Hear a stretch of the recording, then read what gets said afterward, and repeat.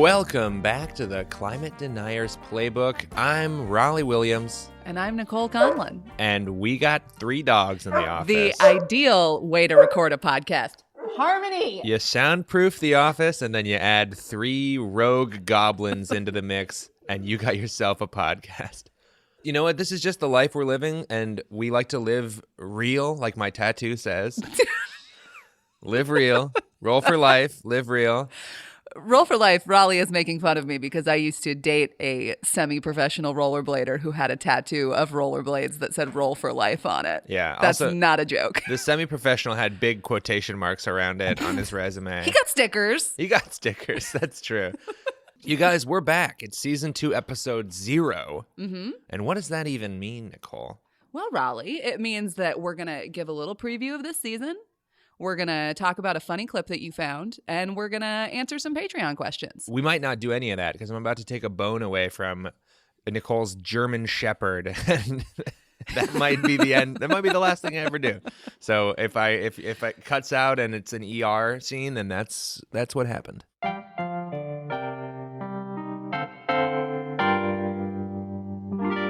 And we're back. 2 hands. I didn't even get bit that bad by your dumb dog. Rollie didn't. I need to clear my dog's name. She did not bite anybody at all. She's very sweet, just very anxious. That's true. And you know what? I have an anxious dog too. So game, recognize game. Nicole, we got a podcast. Yes. We got an official, honest to God podcast with a logo and a whole season. After having so many projects that I've been so excited about just fall apart before ever becoming anything. I prefer Wither on the Vine.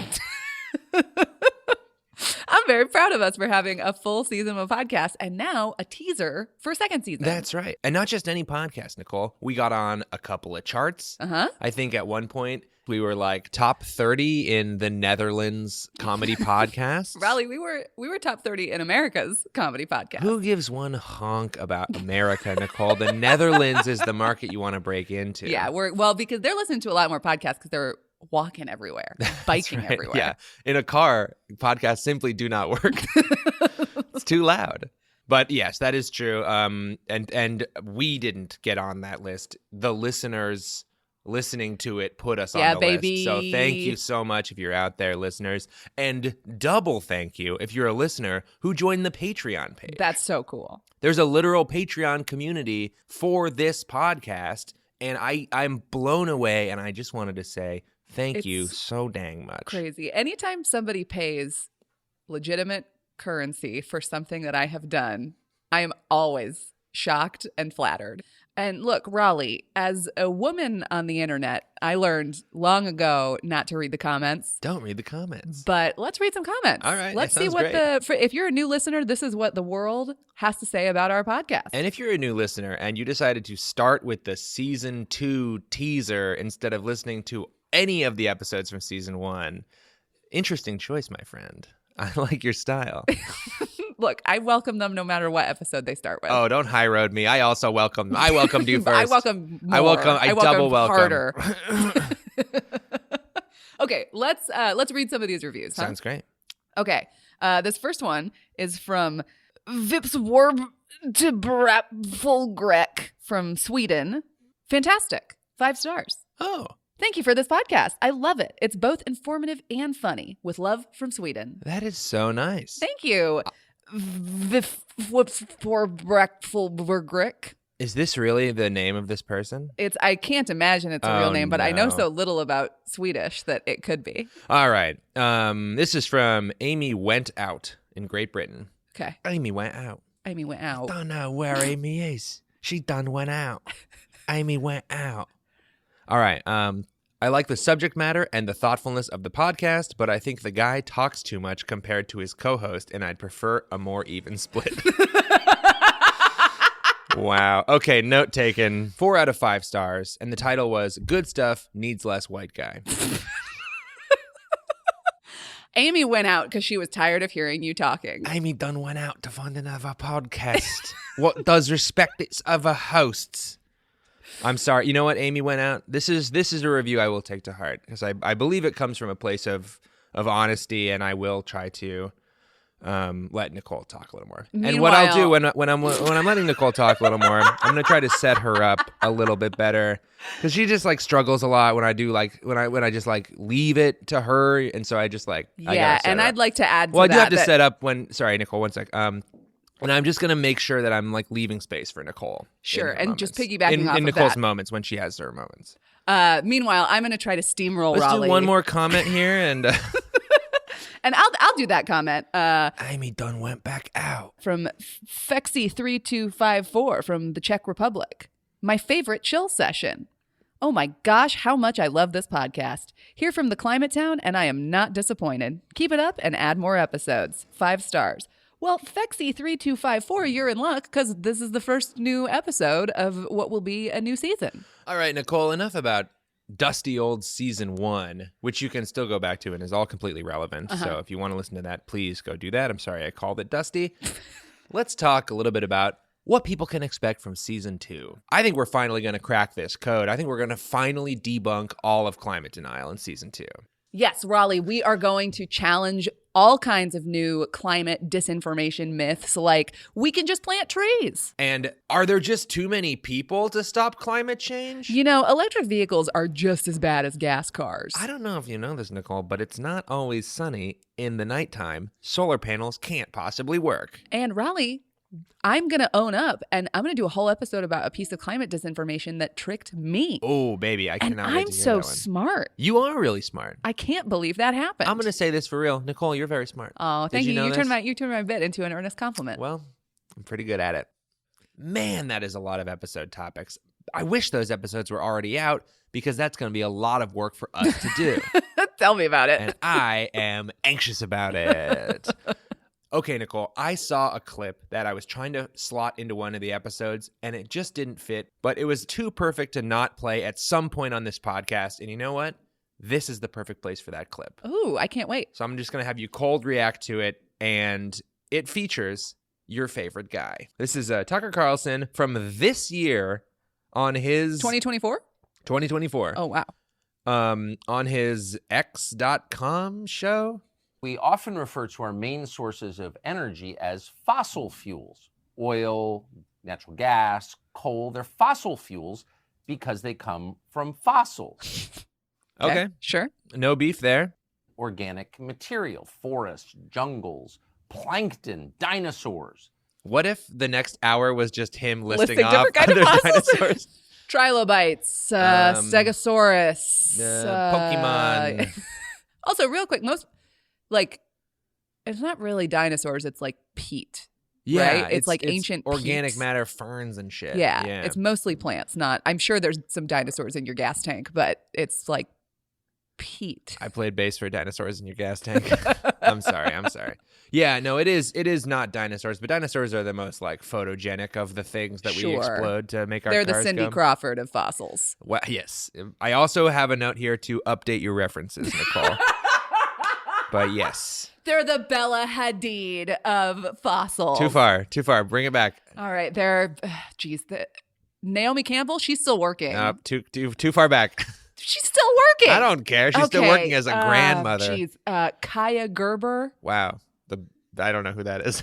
Cindy Crawford's daughter. Get off of the Brooke Shields' Crawford daughter? Train. There's Anya Taylor-Joy. Thank you. The Anya Eyes too far Taylor-Joy apart. of Her eyes are fossils. too far apart. Jesus Much Christ. like a brontosaurus. She's a prey actress. The predator actress has their eyes pointing straight forward. That's right. Gal Gadot's eyes are locked in on you. All right, here we go. Plankton, dinosaurs, held under the ground for millennia, they transform into oil, gas, and coal. Love it. Sure. Okay. Great. So Great far job, that seems Tucker. right. Yeah. Everybody thinks that's true. On the other hand, there's evidence that maybe it's not the whole story. If that's where fossil fuels come from, if that's how hydrocarbons are made, then how come they're found so deep under the oceans and at the top of the earth? Sesame Street. Oscar the Grouch lives in a trash can. Everybody thinks that's true. But did you know that the Major League Baseball is also on television? It's like, that doesn't conflict with the first part. What are you talking about? How did dinosaurs even get on top of a mountain? I've never seen a dinosaur in hiking shoes. That's how he would say hiking boots, by the way. Hiking shoes. All right, here we go. How come one of Saturn's moons, according to scientists, has more oil and natural gas than Earth? Were there dinosaurs and planktons and forests at one point on one of Saturn's moons? Probably not. He looks like it is hurting him to think about this. I think it's like a parody of a Tucker Carlson thing. If you're trying to do a fake Tucker Carlson bit, I think this is the bit you would write. But he's saying like, oh. They say men are from Mars and women are from Venus. So why are we sending women to the moon? What? I'm just asking questions. Anyway, so it goes on for fucking 48 more minutes. But it's, by the way, I want to say, so yeah. he put timestamps. Yeah. He put timestamps in the tweet that shares the video. First one, fossil fuels in space. Second one, global warming throughout history. Third one, outside forces are ruining science. And the fourth one is evidence of God. What a fucking hero move. This man understands social media. All I want to do is click on every single one of these. I want to go straight to evidence of God, which also then he basically gets views for the entire episode if you skip straight to evidence of God. This is honestly, he'd be a good social media manager. And this is why he's one of your favorite guys, Nicole. Well, okay, so that goes on for a long time. But the best part is the guest for this whole episode is Dr. Willie Soon. What? That's right. If you listen to season 1, episode 3, you'll hear a lot about Dr. Willie Soon. Yeah. And he is the guest on Tucker's episode. That's wild. I guess I should know better than this because I host this podcast. But like when we talked about Willie Soon, I was like, he was active in like the early 2000s and now he's gone. But he's back, baby. No, he's like ballet left. Flats. They're coming back around. And they are still uncomfortable. Truly. This video is 48 minutes long. It's a treasure trove of important science facts, including God exists in Florida. Yeah, I will say I've heard a lot of different climate denial tactics. I've never heard how come we didn't find dinosaurs on Saturn? Or maybe they're there and we just haven't looked for them. Maybe. So there's a lot to explore. That's true. So maybe we'll give it a watch on like a special Patreon episode. Ooh, fun. Or maybe we won't. Now, Rollie, Tucker Carlson is just asking questions. It's true. But you know who else asks questions? Our patrons from nice. Patreon. That's one of the benefits of signing up for our Patreon. You can ask your cues and we will A them when we get time. We're A-ing all over these cues today. We actually, our patron sent in a bunch of good questions that I would like to ultimately answer more of them. But just for the teaser episode, I picked a few. So our patrons are very smart, which isn't a prerequisite. If you're stupid, you can sign up for our Patreon. I will not stop you. I'm going to say it right now. There is a screening process. It's mostly like which of these pictures has a street light in it. But you got to pass that. Yeah. And then you can ask us all the cues that you want. That's right. And we got a ton of good questions, and we don't have time to answer all of them today, but I want to get to the rest of them in future episodes. And some of them are so good that we're going to do whole ass episodes about them. But there's a few that I think we can cover right now. Dear Nicole, how do you get your hair to be so shiny? I don't wash it that much, and it gets oily. Nice. Which reflects the light. Okay. This question comes from Parth, and I'll pitch it to you, Nicole. Do you think that climate change is a legitimate/rational reason to avoid having kids? I saw people debating this online, and I didn't know this was a legitimate fear for people, so I'm curious what y'all's thoughts on that are. Thanks, Parth. Thanks, Parth. This is a tricky question because I'm personally not having kids because I don't want them. Right. You famously scared of kids. Yeah, they freak me out. They're too strong. So I think we're going to talk a little bit about this because we're doing an episode about overpopulation this season. Yeah. So we'll get more into it in that episode. But my feeling about having kids is like, if you've always wanted to have kids and you're worried about climate, have kids and raise them to be climate activists, you know, really educate them about what the issues are. I hate it when it's like the children are soldier our future. for God's army. Yes. Like people who are like, the kids are going to save us, are like, well, we really also need to be working on saving us and like saving the planet for the kids. But like, you know, society must go on, life must go on. I don't think you should give yourself a smaller life because you're worried about climate change, but like that person can become a big force in the climate movement. Yeah, I think that's a great answer. I too am afraid of children because I lose them all the time. You know, like I take them to baseball games and I come back with 2 of the wrong ones sometimes. No, I'm not personally planning on having kids, but I think it's like, yeah, people need to have kids, especially people who are like concerned about the things that are crises. Mm-hmm. So if it fits into your life, don't let that be the one reason why you're not having kids, I guess. Oh, wow. Rollie, we nailed that question. Oof, duh. Great job. Okay, this question is from Jeremy, and it's for you, Rollie. Oh. Will Nicole ever make it into one of your videos, Rollie? Wow. Okay. Little pointed. Why did you just text a Jeremy that you owe him $20 on your phone? Thank you, Jeremy. No, first of all, Nicole and I have been in, I'm going to conservatively guess, 40 videos together. Yeah. If you would like to go back into the archives, Conlan Williams Comedy on YouTube. You might also still be able to search for Stevedore Comedy, but I think I changed our name on all of them. I think, yeah, Nicole, there was a time when we thought like Stevedore, that's going to be a great name because it's like a boat. It's fun to say. It's fun to say. It's one of my favorite stopper knots that you can tie in a rope to prevent the running end from slipping back through the standing end. As we all know. As we all know and love. But people were just like, oh, Steve Door. Yeah, nobody could say it. Yeah, like we were a strong bad character or something. Anyway, so Nicole and I have like a fucking litany of sketches with very wildly different quality and comedy levels, I would say. We have some real bangers and we got some stinkers in there. But no, Nicole actually also has a YouTube channel called World on Fire. Please subscribe. Please I'm so subscribe. desperate. Please subscribe.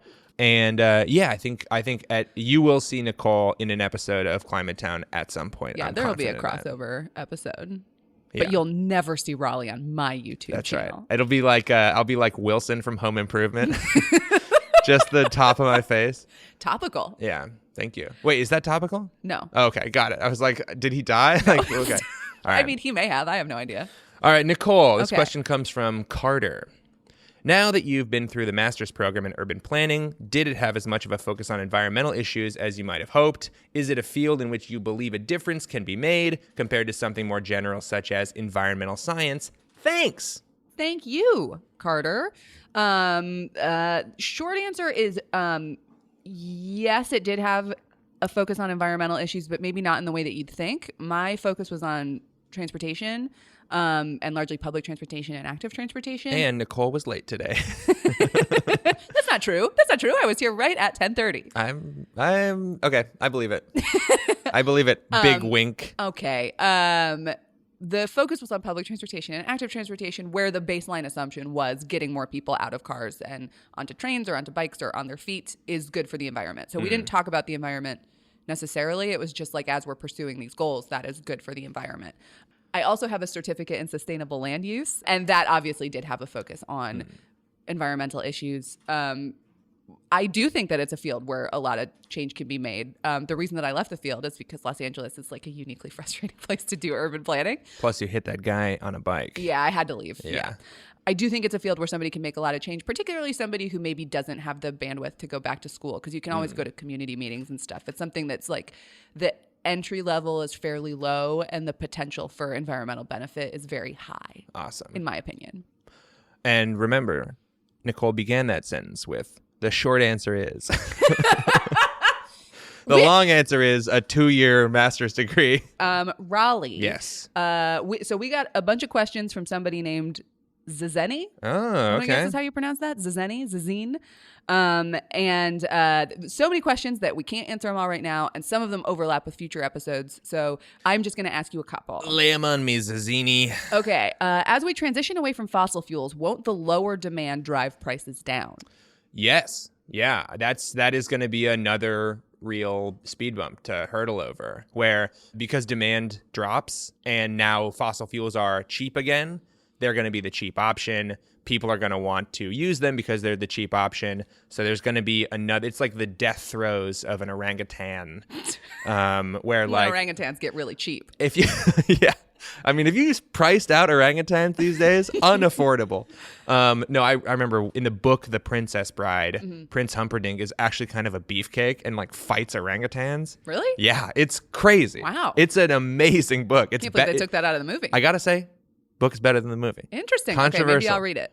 The other thing is like, yes, I think that is going to be a problem, but it's going to be, I would think more of a hurdle than a roadblock, because as we phase out things that use fossil fuels and infrastructure that requires fossil fuels, even if gas is really cheap, if you don't need it, there's no demand for it. So like right now, my demand for gas is high because I have like a gas range and gas heat in my apartment. And I have a plug-in hybrid car that still uses gas. But when we move and sell my car or switch to an electric car, then I'm going to have electric range, electric heat, electric car, and just like not as much need for gas. So, I personally, it won't change the grid, but if you don't have stuff that requires fossil fuels, then you don't need the fossil fuels. Nicole is bearish. I'm bullish. Meet us back here in 10 years and we'll find the answer. Did you ever watch that show? There was a show on the Discovery Channel that was like animal fights. And it was like, what would happen if a great white shark fought a saltwater crocodile? Wow. I cannot, like, what a show whose hypothesis would be so easy to test, yet you never could. Correct. Okay, Zizeni asked another question. Even if we do get to 100% renewable energy, what if we just spend all the energy doing stupid shit like making computers heat up to mine crypto? I mean, goddamn, has he hit on something? You know what? I just assumed Zizeni's a dude. Problematic. I'm Canceled. so sorry. You know what? I got my reverse card. You're canceled, Nicole. What? Yeah. Sorry. I gotta start carrying Or around I'm reverse cards. canceled. I'm immediately Hollywood's #1 heartthrob. I think that one is true. That'd be pretty cool. I mean, I think there's definitely like the problem of induced demand. I think we actually saw it with the Bitcoin revolution a couple years ago, where like a ton of energy was utilized by Bitcoin mining, because that's like the point of Bitcoin. It's crazy. They're like, So I think that's something to watch out for, and I think it's going to take some good governance and some like people who have some restraint. To get around. Yeah. Great answer, Rollie. Great answer. It's Family Feud now. Great answer. This is a question from Finley. I loved season 1. Can't wait for more amazing episodes. I'm a 25-year-old working for NYC DOT, Department of Transportation. Way to go. What are your thoughts on the equity impacts of congestion pricing? How do you address the long-term benefits of a sustainable transportation transition while acknowledging the current difficulty that poses to some people, especially folks with disabilities, older adults, families, low-income suburban commuters, etc.? Finley, what a difficult question to answer. So I actually would maybe like to do like a Patreon episode all about congestion pricing, particularly because some news just came out this morning that I haven't had time to read yet about New Jersey Transit price hikes, which are going to come into play. My overall thought about this is a lot of times wealthy and powerful special interests will use, in the least derogatory way, weak people as sort of a fig leaf. Weak losers. Weak losers. Idiots, who I don't respect. To like as a fig leaf to kind of cover up like what their actual moneyed interests are. And a lot of times that is disabled people. A lot of times that is like working class people. I think another example is they're right now trying to get rid of Chevron deference. And they're saying that it puts too much burden on these fishermen who have to carry monitors. And it's easy to feel sympathetic for working class fishermen, but it's funded by Charles Koch. Like he's the main guy. The ultimate working class fisherman. Yes. I mean, he works so hard. That's why he has all that money. So I do think there are equity concerns. And that's why when we talk about a transition to better infrastructure, better energy, a lot of people talk about a just transition, which means that the people who need the most help are getting it. Ultimately, if done correctly, a policy like this would actually do much more to increase equity than it would to drive people further apart. And the people who are like putting the faces of poor teachers who drive to work every day to the front of the campaign are doing that very intentionally to like pull at your heartstrings, but that's actually not what they're interested in protecting. Yeah. And I mean, like, that's where do you think the money is going to go? Like, we take all this money and then we can make it more equitable for everybody. Mm-hmm. You know, like we can beef up the transportation system. We can make we can add more cars to the subway line. We can potentially add more subway lines, more buses. Like, this will make it more equitable. And the last thing I'll add, because I promised producer Ben I would be concise, and I'm not at all. The last thing I'll add is that a lot of the same people who, again, these moneyed interests are saying are harmed by things like congestion pricing are also people who are harmed by excessive traffic. Yeah. People with disabilities like either need cars to be able to get where they're going fast because that's the only way they can travel, or are unable to drive and just have to deal with a world built for cars that's congested with cars. Yeah, it's like, look, okay, we spent all this time locking these old people into car-centric infrastructure and they have no other way of getting around. How dare you point out the thing that we did and try to fix it through a different method. Yeah. So ideally, the effects of congestion pricing, which would be to reduce congestion, have benefits for those people, like one, reducing congestion, but two, making air quality better for people with pulmonary issues and that kind of thing. Again, I would love to do a longer episode because there's a lot more to talk about, but those are the most concise I can make my thoughts on it. Excellent. Okay. Here's one more question from Alexander. Hey, Nicole and Rollie. Hi, Alexander. Hi, Alexander. My husband and I are huge fans of the podcast in Climate Town. Our first question is, what do you think is the most impactful thing that your average person could do in the fight against climate change? I feel like this may have had subtle or not so subtle answers in some Climate Town episodes, but we think there could be some entertaining and informative discussion between both of you on climate deniers. Okay. Yeah, I mean, I'm going to give you... The pressure's on to be entertaining now. Oh, shoot. All right. First of all, get into your silliest outfit. No, I think the answer is usually case dependent. So I was going to say the same thing. There's not a blanket answer. Although for me, my advice tends to be like, get involved in an organization. Yes. Get involved on a local level. Get a lay of the land. I think it's really easy to be hopeless and not know where to go and where to look. And maybe you're looking at a goofy painting. But maybe you're looking at like you're staring down the barrel of a potentially apocalyptic style social collapse of the middle class, and you're wondering like, what do I do? And there's not a lot of ways out, it seems. The more you're able to venture out and see things and talk to people, the more informed you'll be and the better you'll be able to make a decision on what the next move is. Yeah, and I'll add to that like I can give you sustainability tips. Those are online everywhere, but you giving up meat, which people should do, isn't going to have as much impact as like major policy changes that impact how much we emit and how many fossil fuels we consume. And we're going to get those major policy changes not by individuals giving up something, but by collective action, which you got to be part of an organization. Trust me, I've tried to like organize an improv team to go to rehearsals with 8 people, it's impossible. Trying to get a nationwide movement. What is the app that you I'll start an app thread. A doodle? A doodle. God, I did fucking 1,000 doodles. Yeah. For like the shittiest improv that training. ended up having like 2 shows. Right. My God. So yeah, get involved in an organization. And there's lots of like individual things that you can do. You can give up meat. You can switch to electric or sell your car. You can take fewer international flights. If you have a private plane, you can cut that out. If you have a private plane and you're listening to this, give us money. A call. Give us a call. So much give money. Us a call. Give us a call. It might be we'll ask for money at some point, but give us a call. Yeah. Well, you don't have time on your private plane to give us a call. Come on now.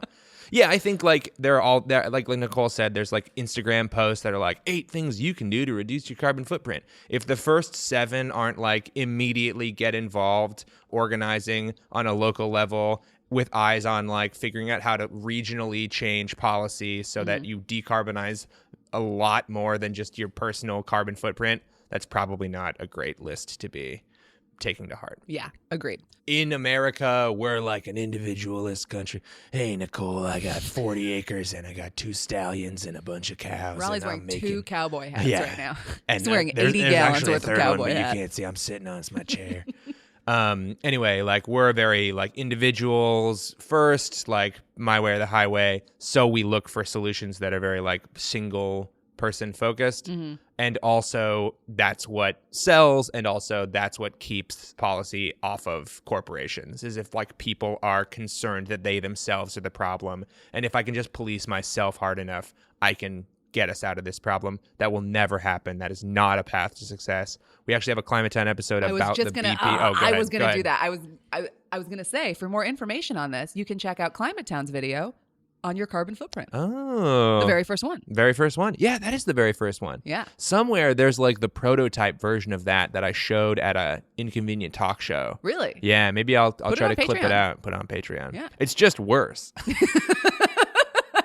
Which is literally the sell for Patreon. Yeah. Stuff that wasn't good enough to be free. Okay, Rollie, I got one more question.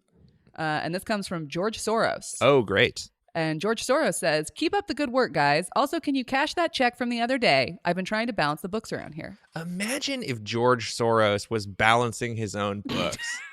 Like, what a guy. What a, like an old school kind of like business guy with armband suspenders. Got like one of those green visors. Yeah, it's just like, oh man, I got 2 outstanding checks and somebody's got to, you know what, I'll just get them on the horn. No, they're probably busy. I'll subscribe to their subscribe Patreon to their and then I'll Patreon. submit a question. Yeah. This is also just a fun reminder that one of the many benefits of signing up for our Patreon is you can pick whatever name you want. You can pick a goofy name. Uh-huh. You can pick a serious name. Uh-huh. You could pick like a rock star name. Oh, that'd be fun. Like Johnny Domino. You know what? I'm going to be Johnny Domino. Okay. If you get a comment from Johnny Domino, it probably wasn't me, actually. It's probably somebody who heard this and then changed their name to that. Probably. But it might be me. Still fun. Still fun. But also, you don't have to join our freaking Patreon. We're going to put almost all of it online for free. Don't say that. We need to give it to join the Patreon. I'm trying to balance the emotional books over here. I would love for you to join the Patreon, but honestly, I'm very psyched that you're even listening to this. So thank you so much for listening. And we're going to see it in season 2. Here we go. Here we go. Greg, put a roller coaster sound in there. The Climate Denier's Playbook was created by Rollie Williams, that's me, Nicole Conlan, and Ben Boult. Our hosts are Rollie Williams and Nicole Conlan, who is me, and our executive producer is Ben Boult. The show is produced by Gregory Haddock and edited by Brittany Terrell. Our researchers are Carly Rizzuto, Canute Haroldson, and James Crugnale. Theme music from the smooth, sultry mind of Tony Dominic. And artwork by Jordan Dahl, who, yes, is technically my boyfriend, but that's not why we hired him. He's actually just really good at art. Special thanks to the Civil Liberties Defense Center. And to all of you who actually listen to the show. And apparently even the credits. Now that's dedication.